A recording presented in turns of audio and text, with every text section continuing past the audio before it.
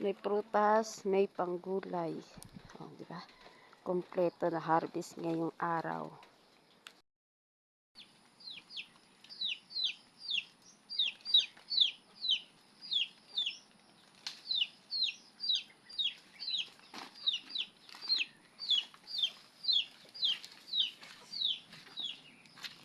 Yaw, nag-harvest na. Pag may itinanin, may harvestin. Tingnan mo. Hina-harvest. Siya na sa makita. O, diba? Wow. Yan, o. May mais pa. Nakapiraso. O, yan pang gulay.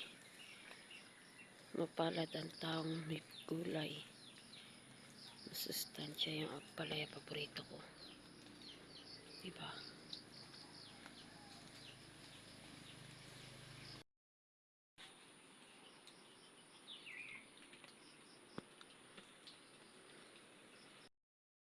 Na rin itong mga pinyang to. Oh.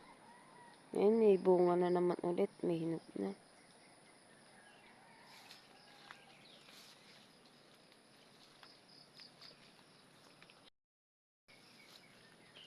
Yan.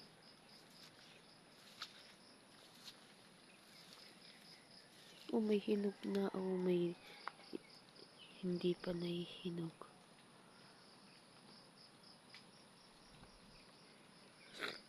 Nagmitinan na yun talaga. May aanihin. O kagaya niyan. Ilang taon na din kami dito nakatira. May nyug. Malaki na. Tapos may saging. Oh. At kung ano-ano pang prutas.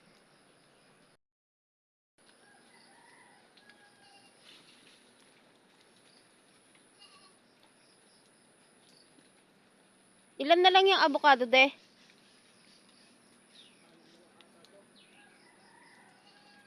Yan, pag may tinanim, may aanihin. Ilang piraso na lang yung bunga ng avocado. Inabot kasi ng ulan.